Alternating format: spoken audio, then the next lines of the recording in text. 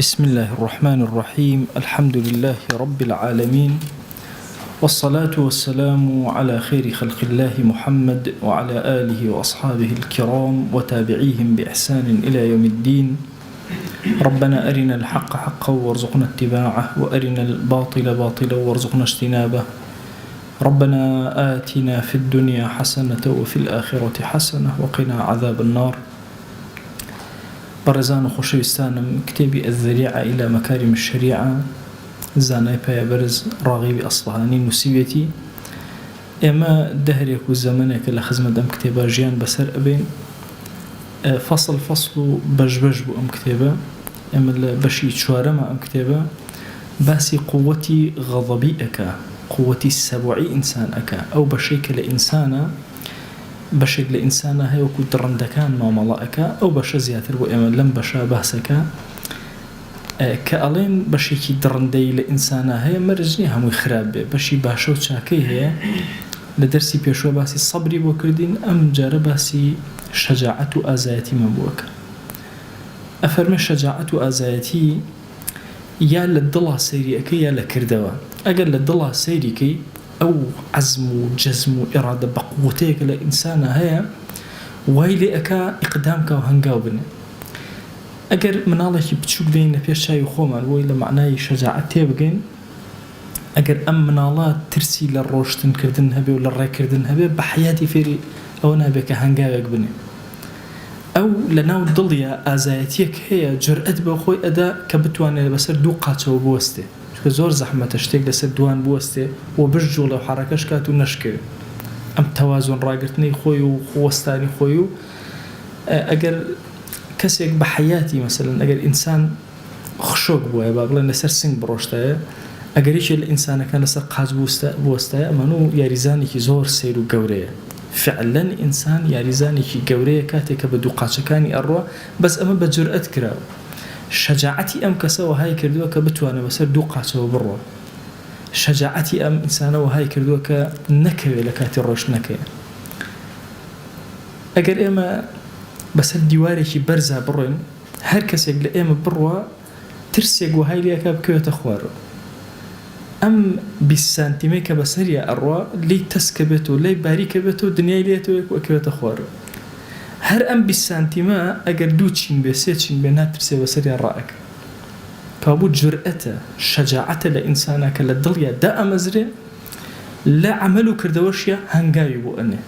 هر شيء إنسان إقدامي كردشو بيشو لي بيوت الشجاعت بوي أفرمون إنسان بشجاعت أجي أجر شجاعت لإنسانا نبيت الطاوة إنسان كوتاي بهاتو يعني تصورك شجاعت لإنسان ورجي رايوة حتشيشت لدسي أدا يعني استئما بتاقي تنها مثلا لمالك أخوي هيج ناترس أزاني أجر ترست هبي ناتواني بتاقي تنها بخوي منالك دي كم جار بوشون بوسر آوي زور زحمد أخوي بدسيو ناويري بتنها بروا بلام كاتي كراية خوي بتاقي تنها أرواد أتشيت الدرو أقر أتشيت ديد يكوم الدرقاي قوري بو أكريتو بو الشجاعة لإنسان زور قوري صفتك زور مزنة خوي أم صفتي شجاعة لأصلا لبش السبوعيك إنسان لبش الدرنديك إنسان شجاعة بلام كاتك كنترول أكري أبيت خير وبركات بو إنسان فضيلتك زور قوري لبين زيادة روي وترسى إنسان شجاعتك هبه لبيني ترسانك زور وطوريك لأنداز بدرة وسطتي والقربي أتري شجاعة هند جار إنسان لتوربونا ولهالتونا جاري وهاي لسرشتي زور بتشوك هلاشي أما زيادة روي كدو لشجاعتي خويا جاري واشي لسرشتي زور قرص تورنا بمش غلط شجاعتي نيل برو جبنو ترسنو كيتشو هاني جاريش همانا لو وسطايا لو بينايا لسرشتي معقول تورا أبي لسنا معقوليش أوستي بوي أبي بجواني لمسالي شجاعة الإنسان تيبقى وتصورنا كالسر هموشتيكي بتشوك هالي داي وهالتشو أمانة بكات الشجاعة وشجاعة نبي التهور يان أقرشتي زور قورا رويدا أم هر تورا نبو هر حركة جوليكي نبو شجاعتيكي نبو أمش بيوتي جبن وترسنوكي وسطيك لو نيوانا بيوتي الشجاعات كإنسان لسر حق داب مزري لسر حق بوستي بوي رحمتي خوال الراغبي أصفهاني بي أفرمي بطبيعتي حال إنسان أجر كسي زيادة رويك لبرانبر حرمي أما إتر حرمك دايكيتي خشكيتي خيزانيتي كتشيتي يان دايكو باوكي إنسان بمعنى زور حساس أفرمي أجر هاتو كسيك جون بمعنى درا أمانا هل نشو خفتي بين أخوار تورنبو شجاعتي ننوان أو لبابي جبنة أو كم ترخمي كل ولا شجاعتك شو كمان بشكل لفطرتي إنسان أبي لقل أمانة شجاعتي أم كسب جول أجر لسرشتي ورديش هموشتك هل شو بأسمعنا أو أنا أوش بينا وتري شجاعة بيوتي تهور زيادة الربي كم ترخم أم كسب زيادة الربي أكا إقدامك بيكلق أكا بويا شجاعة بريتي لو وسطك إنسان كرايقري لبرانبرش تقوركانا قرز أوسيتو تند أوسيتو آزاو بالاوانا بلا مارو هالمد أدا شتبتشوك كانيج عفو مغفرة هالأبجيري لبرانبر أو كساني كواهاليك لبرانبر يابك بويا فرمي خودي غضب توري لإنسانا هنديكي ممدوحة هنديكي نعم ممدوحة هنديكي جاكي سباسة يعني رب العالمين بعظمتي خوي وغضب الله عليهم خوي بعظمتي خوي تورا أبي العبد كان كاو غضب خوي بخوي خرابنية توري خرابنية توري كاتي خرابك لحد خوي تجاوزي كده قلنا أصلي توري خوي بخوي صفتي كي جوانا لنا إنسان كان أقل شويني خوي لجاكي خويا بكار بهند أويك إنسان توشي حالتك أكال مسألة توريك تجاوز أكال لحد خوي زيادة رويتي أكا على سرشتاني كي تافه كم بها تورا أبي طبعا عدالات أقل هر إنسانك هبو زور قوري أكا أزاني لسر چي تورا بي ولسر چي تورا نبي زور كان لو تارك أنا باسم كردوها يعني أما يسلم مالوا أقل ميوان من بيتو بروي نو هيج حاضر نبي يكسر تورا أبي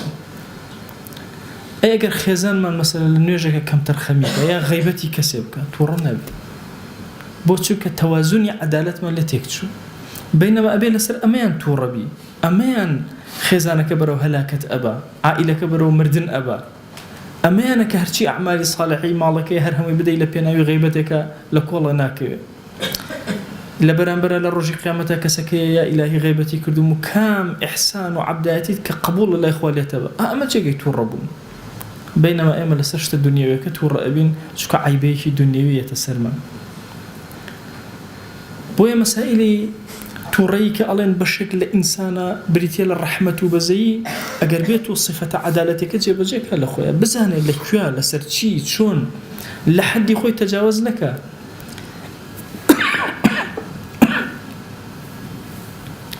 يكيق لبروردي نقصان لولاتي إما ما وصام مربي هردو كان بيكوا لسرشتي زور بتشوك ولسر هموشتك محاسبة أك طبعا ولا فرطي خوشويستي شوية يعني جنومات كيكتر يعني زور خوشويست سيرا كلا سرشتي وردا شر عن أبي شكا هيج حالي كي بتشوكيش ليكتر قبولناك زور ضل يعني ناسك أبي تو برانبر بيكتر أم جورا ما مالا كردن لبروردية زور حالي كي قورا أدا بدسو للنتيجة باوكو دايك أو انده حريصا لسر من الله كان أما ديان خوشي حالي زور بتشوكي لي قبولناك يكسر لسري تورقبن لي قورا أكن لدوايش أيش كاردانوي أبي لوشي خراب تركا هتا أروى ويزور كاد أبي لهندي لهلا كان شاوبو شكري عفو هالبجيري لكم ترخمي كان لهندي كان إنسان شاو يخوي بنو قيني لهنديك شاك زور قوري بوستي لسري مربي شر أو هاي ما وصل شر أو هاي لقد طلبة كانيا أبي بزاني لسر ورد ودرجت لطلبة كاني تورنا بي لسر شتيك تورا بي كبهاي هبي كقيمتي هبي بوي بالشجاعة وحساب كري نقبل كم ترخمي وحساب كري أفرمي شجاعة بين جوري هي جوري كان هر بي أو تري درندي أيش أوي كإنسان كاتك وتورا أبي تنها أوي انتقام لبرامبركي كاتو حشتي كترني أما جوري كا لنا أجل كان هي لإنسان شابه ما تششن هي جوري كتير بيوتي بهيمي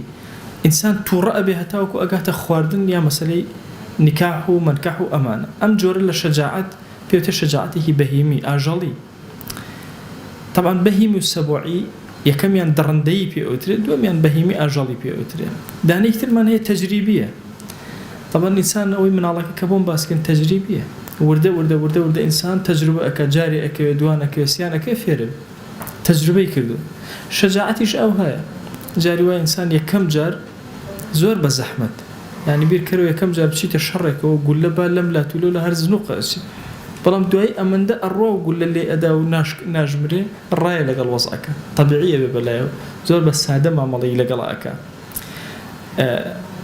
بیرکەنەوە لە زمانی کۆنا ئەم هەموو تیر و شیر و لێ بدە و یعنی لە بەرامبەرە سەبریان گرتووە ئارامیان گرتووە ئێشتا ئیقدامیان کردو چوونتە پێشەوە هەموو هۆکارێکی تەجروبە بووە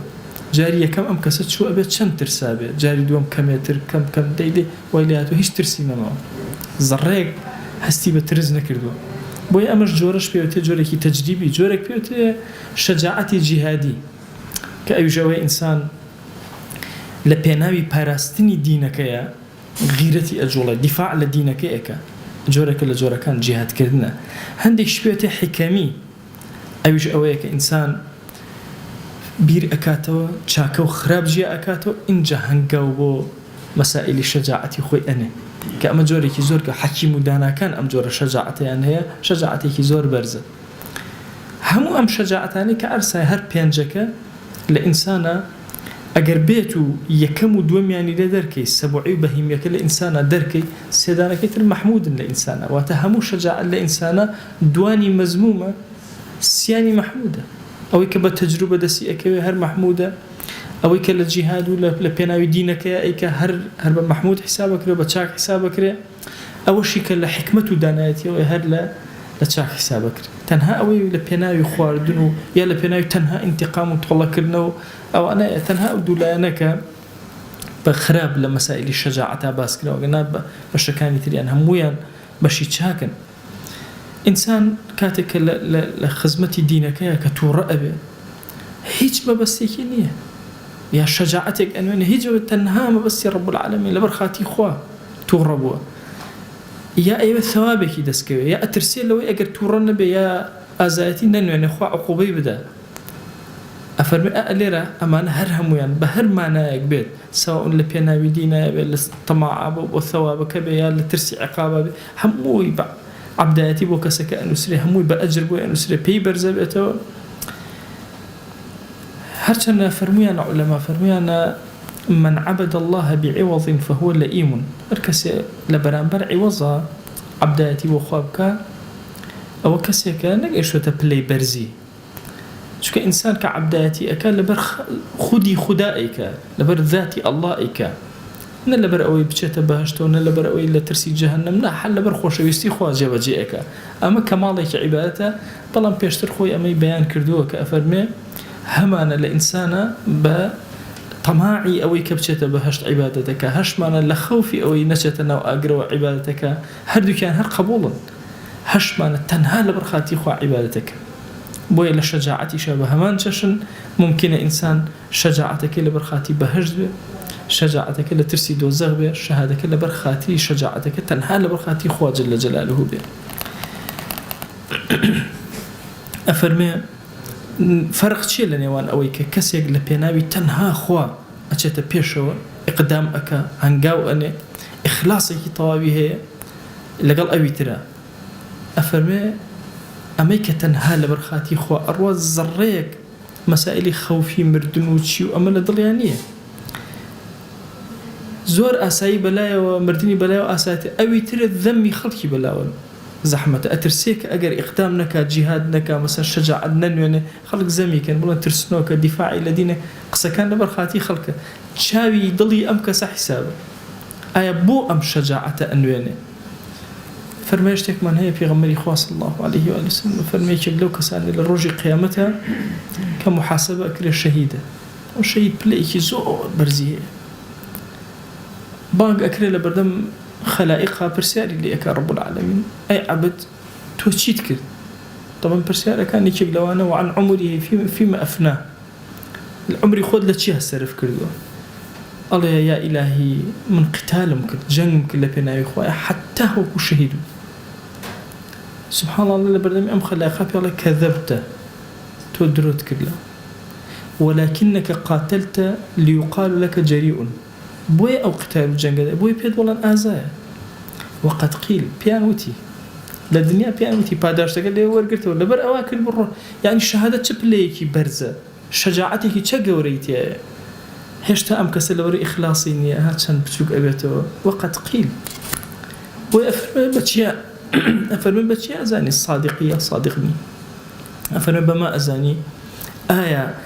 لەو جیهادەی کە ئەیکەی لە پێناوی خوایە دڵت لە لای زمانی خەڵکە یا دڵ لە لای رب العالمین کامیان ئەگەر لە لای خۆی جل جلاله ئیتر بزانە لە بەرخاتی رب العالمین إمام علي أفرمي يا أيها الناس إن لم تقتلوا تموت كره خلقي نوبول قتال وجهاد وأنا أترسن بوخو أجل نشكجرين هالأمر فرقناك والذي نفس ابن أبي طالب بيده قسم بوك سي جاني ابن أبي طالب علي بدسته ل1000 ضربة بالسيف أهون من ميتة على فراش أخو أجر 1000 دانا شير وتيري لبدري لا شط خناو به أو زور أسانتر لوي كل سر جگا كوتبيتو بمريتو كوتايتو بوي إنسان لمسائل الدينك بهي شوازة كم ترخمينا ببكاب أو بر شجاعتي هبه لبناي باراسني دينك خو أم شجاعتي كتو إيواني لعمري تو كم ناكاتو أجلي تو محدودة ما دام أجلي تو محدودة وكل كتابة كان عقيدة هاتوا لعقيدين السفية هاتوا أفرمي المقتول ميت بأجله أو كسيك أكجري أو كسش هشتا مردو بأجلي خوي وني أجلي بيش كوتبيان دواب أجر قتال نكا هربه أي نشد لكاتي خويا الرشتو بوي إنسان مرجنية شونا وجنجوا يترتوا كوتاي بهاتوا مرجني إنسان أجر هاتو هستايا إلا أبي بكره ممكن هستتو نشكي هنجايش بنو نشكي دروز ببي بوي هريكك لأيام مسألة إقدام وفرماشتي في غمر صلى الله عليه وآله وسلم زور عظيمة كاتباسي أمتك على آخر زمان غثائيات لكن وتالك باسي زمن غثائيات كله لرمضان لا يوتيوب وأنا هاجر سيري كنوات أمتي في غمر صلى الله عليه وسلم أبيت أمتك أكو كفي سردريا كفي سردريا هيك بدس خويني أجد دقتي كفي سردريا بن أو أيبا أو أيهن أو أي كشبة بردة أو أي خاتك كنارو أو أيبات النوراسي دريا حشتي كي بدس خويني في غمر خاص الله عليه وسلم فرماشتك أفرمي رجية بيشو ولكنكم غثاء كغثاء السيل إيه وركوكو كفي سر دريا وسر أو أوان أو أتان هنا أتان برسالة كان أمين قلة منا يومئذ يا رسول الله هذا رجع كمين فرمنا زور ولكنكم غثاء كغثاء السيل وكفك أو هنا قلنا زور أمتي في غمر صلى الله عليه وسلم همو أمتان جيهان بلا مارتان أدن ليتان أخوان أوت همو هوكاركيش الأخيرة أفرمي حب الدنيا وكراهية الموت أألي رأي متوشي وابون خوشويستي الدنيا بقالي وبقولي وترسان لمردن كبشرتك إقدامك بشيتا بيشو نشيتا بيشو جهاد كي لبنا يخوان نيكي حروكو يكا تو ميت بأجله كسواها لشر إيران وعراق ونازام كويت ودنياه بجداري كردوا هر ماويش كسوا شيء لما الله دانشتوا قول لي هو الله تو طائي كردوا قومي آبي خواردو خنكا ومردو خوتوها النصاوته بويا مسائل أجل محدودة رحمة خوالة علي كرة أبي طالب إمام علي كأفرمي أجر 1000 دانا بشمشير ليت بدري هشتا وأهون ترى آزاركي لو آزارك لسر جاقة أمري وكوتاته به جوري كتير شجاعت من هي وجهاد من هي أوش إنسان جهاد كالغل نفسي خوي يا لغل نفسي غيري خوي أم حالة لإنسان زور قوري يواتا إنسان تسكي وتربية خوي كتعليمي غيري خويك أم زور قوري بشيك للشجاعة إنسان بتواني خوي كنترول كا خوي دروس كا خوي بهيز كا بوي أفرمي مجاهدي نفس بقول وبتعليم لقل نفسي خوتا عهد وبيمان لقل خوي خوتا بس إنجا تعليم ودرسي نفس الدادي هول أدي لقل يا بشيكش من هي بفعل بكرده أو شهوتاني كإنسان هيتي قمعك هاليكش نيهله أو هالشونيك هيتي رايقري وغيري خوشد عينا بقول أتواني تيبقيني ئەتوانی حەق لە لای جوان کەی شیرین کەی تعلیمی کەی دەرسی دابدەی بەکردەوەش ئەوەیە کە ئینسان پارێزگاری کە لە باتیل و پاڵ بنێوە باتلەوە نەیهێڵێ مەجالی نەدا کەوا زاڵ بێ بەسەر ئومەتی پێغەمبەر صلی الله عليه و سلم. بۆیە بەشێکی تر لە شەجاعەت بەڕاستی شەجاعەتێکی گەورەیە، جیهادی ئەکبەرە، ئینسان جیهاد لەگەڵ نەفسی خۆیەکە، شەجاعەت بەرامبەر بەخۆی بنوێنێ. ئەی تەسەوور کە دۆستێک ئەی مۆسا تلیاک زۆر زەحمەتە، ئەی بەڵام ئیرادەی ئینسان ئەوەندە بەهێزە ئەتوانێت زاڵ بێ بەسەر تلیاک. خوا ئینسانی زۆر بە عەزیم دروست کرد. یعنی بیرکەنەوە لە کۆڕۆنا طەلال ئەبوو غەزالە یەکێکە لەو بیریارە زۆر گەورە عەرەبیانەی کە زۆر ئیسفادەی لێ ئەکرێ، پیاوێکی زۆر دنیابینە، ئەڵێ هاتن ویسیان کۆڕۆنا ئینسانی پێ تەواوکە، جەنگیان کرد لەگەڵ ئینسانە، هاتن بە کۆڕۆنا بڵاویان کردەوە سێرەکە ئینسان توش نابێ بە مەرجە. کۆڕۆنا بە شێوازێکی وا تەسمیم کراوە کە بەردەوام خۆی بگۆڕێ، بۆی ئینسان نەتوانێت مەناعە پێیاکە بەرامبەری ئینسان نەیەگرت. هاتن وتیان بەخوا فائیدەی نییە، ئینسان نایگرێ، با بین بیان کوتین بە هێچ جوڕعەوە. ئەڵێ هاتن زۆرینەی ئینسانیان کوتە، ئینسان هەر زاڵ بوو بەسەر. دەبەرەوەی ئینسان خاوەنەکەی ئینسان نییە تا بتوانێت تەواویکە، خاوەنەکەی ئەڵڵاهە جەل جەلالوه. بۆیە بابەتی ئینسان بەو عەزەمەتە کاتێک کە موجاهدەی خۆی ئەکا و ئیرادەی خۆی بەهێزەکە، تلیاک چێ نتوانێت تەرکیکە. الله عەزیمەتی هەبێ، ئەوەندە عەزیم زاڵە بێ، ئەوە شەجاعەتی نییە ئەو کەسە، وەیە ناتوانێت. یا ئەڵێ وەڵا جگەرە ناتوانم تەرەکەم، یا فڵانە گوناهم پێ تەرەکنە، هەمووی نەبوونی شەجاعەت. ئەگەر ئینسان شەجیع بێ، هەرچی ئەو شەهەوەتانە هەیە قەمعیەکە هەڵی ئەکێشێ، وەکو ڕاغیب ئەفەرمێ لە ناخی خۆی هەمووی دەرەیەنێ هەڵ ئەکێش. کێمان زۆر تەمەڵین لە هەر شتێک، ئەگەر ئیقدام کە ئەو کەسە زۆر بە ئاسانی ئەتوانێت زاڵ بێ بەسەری. کاممان دوای نوێژی بەیانی بە هیچ شێوازە ناتوانین خۆمان بگرین، ناتوانین ئەخەوینەوە ناڕەحەتە بین، بڕیار بدە مەخەوەرەوە، جەنگ کە لەگەڵ نەفس هەر مودەتێکە، دوایەوە ڕای بە زۆریش خەوە لێ ناکرێت، بۆ چکە ئیقدامت کرد بەرەو باشە بەرەو چاکە. یان جاریەوە هەیە گەنجێک بەخۆ ماسا من کرێکاری پێیان، کرێکاری زۆر زۆر زەحمەتە، هەر ئەوە شانی پیا کرد، شانی نەرم ئەبێ لەگەڵ کرێکاریە، اینجا دوایی لەزەتیشی لێەکە، هەز بە ئیسراحەتیشەکە. ئەو ماندووبوونە قورسش لەسەر شانی نییە، سەرەتا ماندوو بێ، دواتر ماندوو نابێ. جاریەوە هەیە کەسێک پێی بڵێ وەرە ئەم شاخی شنروێن بۆ نەقڵکە بۆ نەقڵەکە، بڵێ وەرە 2 ساعت لەسەر دوکانە دانیشە، ناتوانێت دانیش، تەحمولی نییە،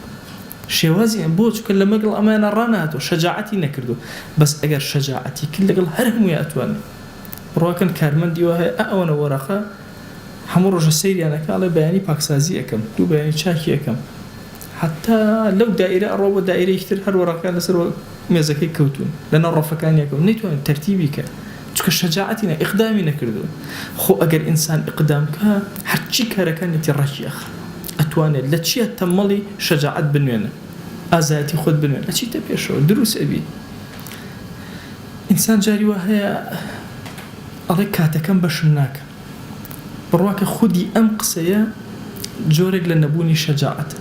ئەگەر نەخوا تااقەتێکی بە ئینساندا فریای هەرچی شتە ئەکرێ، ئینسان زۆر گەورە عەزیمە. یعنی بیر ئەکەیتەوە کەسی وا هەیە لە ئاستی جیهانە، هەموو جیهان ئەیناسێ،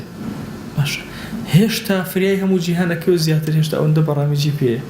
ئەوە هۆکارەکەی چییە؟ من ئەم تۆزەم لە بەردەسای فریای ناکەم، ئەو هەموو ئەتوانێ.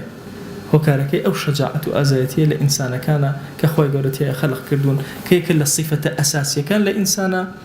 کە شەجاعەت بنوێنێ، هەنگاو بنێ، بەرەو سەرکەوتن بڕوە، نەوەستێ، ماندوو نەبێ. ئەم بەشە بەشێکی ئاژەڵی لە ئینسانە، بەشی شەجاعەت، بەڵام محمودیشە، سوپاس کراوە، ئەکرێ ئینسان لە خەیرە، لە جوانیە، لە جەماڵە بەکاری بێن. داوا ئەکەن لە ذاتی پاکی پەروەردگار خۆی لێت ئەپارڕێنەوە، لێت ئەلاڵێنەوە، شەجاعەتێکی زۆر گەورە لە دڵ دەروونمانە دروستکە، یا رب العالمین، دڵەکانمان بەهێزکە، یا ئەکرەم الئەکرەمین. خوای گیان، ئەم شەو تەنها لە پێناوی تۆ کۆبووینەوە، ویسمان لەگەڵ ئەم زانە پایە بەرزە دەردە دڵی خۆمان کەین، هانامان هێنا بۆ لای کتێبەکەی ئەو بۆی تەسکیە و تەربیەی لێوەرگرین. دەی ئیلاهی داوات لێ ئەکەین بە ناوی جوانت، بە سیفەتی بەرزە، بە ئیسمی عەظەمت، بە کەڕەمی خۆت، إيمان من دام زراوك إيمان من سلامتك عاقبة من برخيرك إلهي داول لي أكين بناوي جوانت بصفتي برز باسمي عظمت لسرجم قناها كان من ببورة قناها بأشكرا كردو من عفو منك قناها بپنهان كردو من عفو منك قناها نمان زاني وكردو من عفو منك قناها زاني من وزياد رأي من كردو لي من ببورة إلهي داول لي أكين بخشن لي يخود بسرمانا ببارينا كرم يخود بسرمانا ببارينا عفو يخود بسرمانا ببارينا تو گوری خود دل من آرامك إلهي مالكان من آرامك إلهي جيان من پر آراميك إلهي مردن من پر آراميك زندبونا من پر آراميك إلهي داول لي أكين لو عبدانا من بجارك بسري برزو بحضوري تو شاد بن يا رب العالمين إلهي قرفتكان جيان من بوچار سرك بخواهم من دنيا قرفت من هي إلهي همو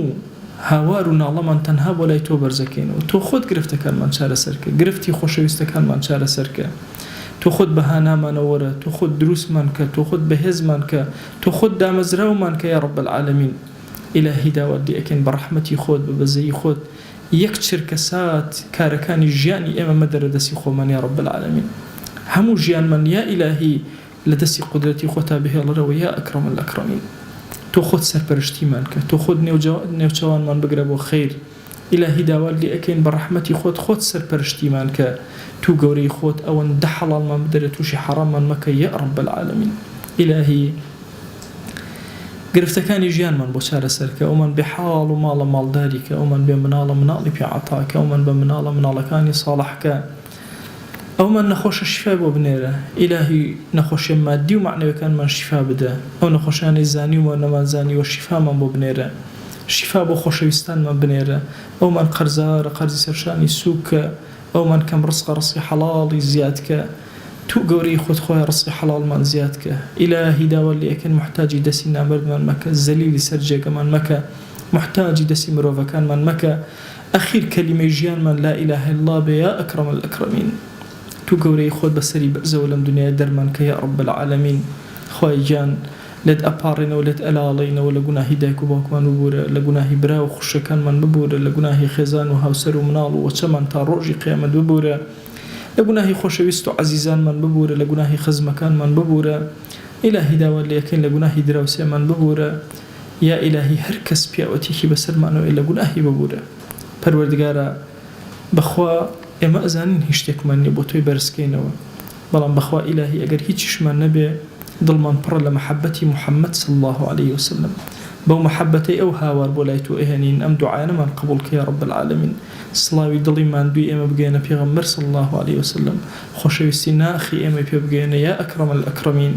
إلهي خوشويستنا اخي اما بيبقينا يا رب العالمين صلاوي ضلي اما بيبقينا يا اكرم الاكرمين خواهي جان چون اول لما جيس الجوانا كوت كردينوا اول بهشتا لخزمتي في غمرا صلى الله عليه وسلم كومان كروا بأمتي او قبول مانك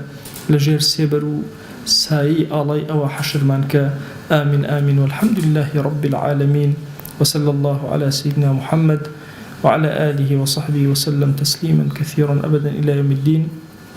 طلبيك زور دواي دعاء خير يعني لكم امتحانات يعني بدل دعاء بوب كان خواب خاتي قوري خوب وين آسان كان نجاحتي قوري أن بداته